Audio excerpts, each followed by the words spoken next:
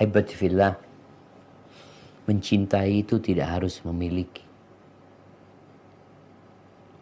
Tidak semua yang kita cintai kita harus memiliki. Makanya ada orang-orang yang memendam rasa cinta. Kemudian yang dia cintai ternyata dimiliki oleh orang lain. Apa yang harus dia lakukan? Ya dia pindah hatinya ke yang lainnya juga. Ya gak semudah itu, Ustaz. Move on itu berat, Ustaz. Tapi kembali ke pertanyaan.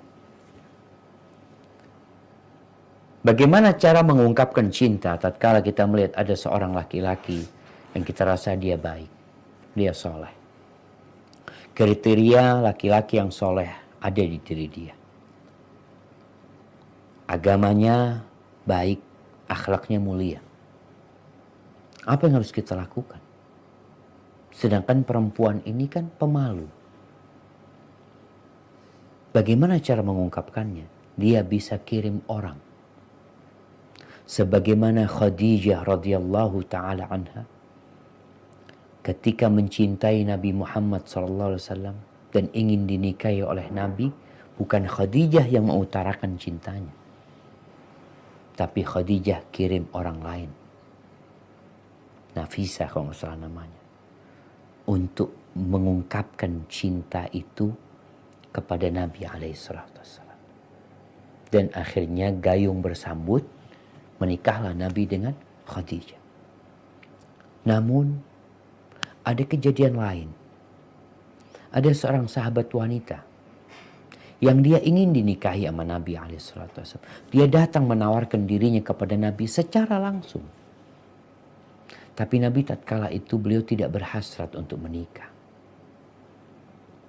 Akhirnya ada sahabat lain yang mengatakan, "Ya Rasulullah, kalau engkau tidak punya hajat sama dia, nikahkan dia sama aku." Subhanallah. Dan perempuan itu pun menerima. Nabi menikahkan dia dengan sahabat. Jadi kondisinya, kalau engkau memang ingin mengungkapkan cintamu, bisa dengan cara tadi mengirim orang sebagai tukang pos ya. Kalaupun engkau mau mengungkapkan langsung, mungkin lewat tulisan, lewat surat. Kemudian kita perlu tahu, tidak semua yang kita cintai itu baik buat kita. Karena kadangkala ada orang, tadi pertanyaan selanjutnya, memperjuangkan cintanya. Berapa banyak orang-orang yang menikah dengan cinta. Pacaran nih dia bertahun-tahun. Sehingga ketika menikah seakan-akan apa istilahnya? Ulam tiba. Pucuk cinta. Nah, artinya menikahlah mereka dua orang yang mencintai. Dapat setahun cerai. Dapat 2 tahun cerai. Ada yang umur cintanya, bukan umur cintanya, maaf. Cintanya lama umurnya. Umur pernikahannya cuma 1 pekan. Maka kita perlu mempertimbangkan pilihan kita dengan meminta pilihan dari Allah Azza wa Jalla. Salat istikharah. Sebelum engkau menawarkan dirimu kepada dia, nasihat ana salat istikharah. Setelah itu silahkan melangkah. Kalau memang dimudahkan, ya semoga dia jodohmu. Kalau enggak, berarti Allah menyediakan yang lainnya. Terus gimana kalau yang tadi sampai mimpi-mimpi? Apakah itu pertanda dia jodoh kita ya? Karena mimpi dia terus, Ustaz. Mimpi itu ada 3. Yang pertama mimpi dari Allah Azza wa Jalla, mimpi baik. Yang kedua mimpi dari setan. Yang ketiga bunga tidur. Bunga tidur ini bawaan sebelum tidur. Karena memang udah kepikiran sama tuh laki, sebelum tidur lupa baca ayat kursi ya. Mimpi dia, Allah kayaknya jodoh anak dia. Belum tentu, itu kebawa mimpi aja. Maka nasihat ana, ahibati fillah ya, buat para akhwat khususnya. Jadilah engkau orang yang baik. berusahalah engkau terus mendekatkan diri kepada Allah Azza wa Jalla. Ada jalur langit yang harus ditempuh, tapi juga ada jalur darat. Tadi dengan cara kita minta tolong agar ada orang yang menyampaikan cinta kita kepada dia.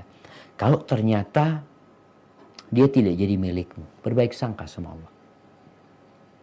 Bisa jadi Allah menyediakan buat engkau yang lebih baik daripada dia.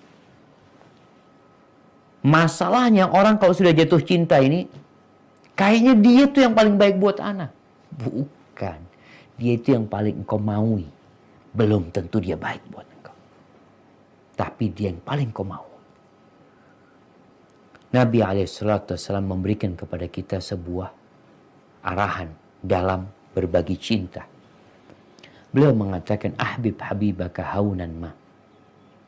Asa an yakuna baghidhaka yawman ma. Cintailah kekasihmu itu sekedarnya aja. Karena bisa jadi musuhmu suatu saat dia nanti. Kau nggak tahu. Wa abghid baghidhaka haunan ma. Musuhilah musuhmu itu ya sekedarnya aja. Karena bisa jadi suatu hari dia jadi kekasih. Itu mungkin terjadi. Soalnya kadangkala ketika kita mencintai kekasih kita berlebihan, tahu-tahu dia menceraikan kita. Dia gugat cerai. Kalau itu seorang perempuan. Hidup ini kacau aja kadangkala.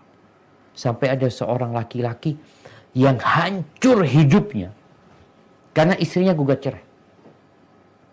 Ya udah, kalau dia nggak mau diapain gitu. Begitu pula seorang wanita. Ada seorang wanita yang dapat surat cerai dari suaminya malam Lebaran. Anda masih ingat kejadian itu? Itu perempuan ngambil silet, dia potong urat nadi. Karena dia, Anda nggak bisa hidup tanpa dia, ya Allah.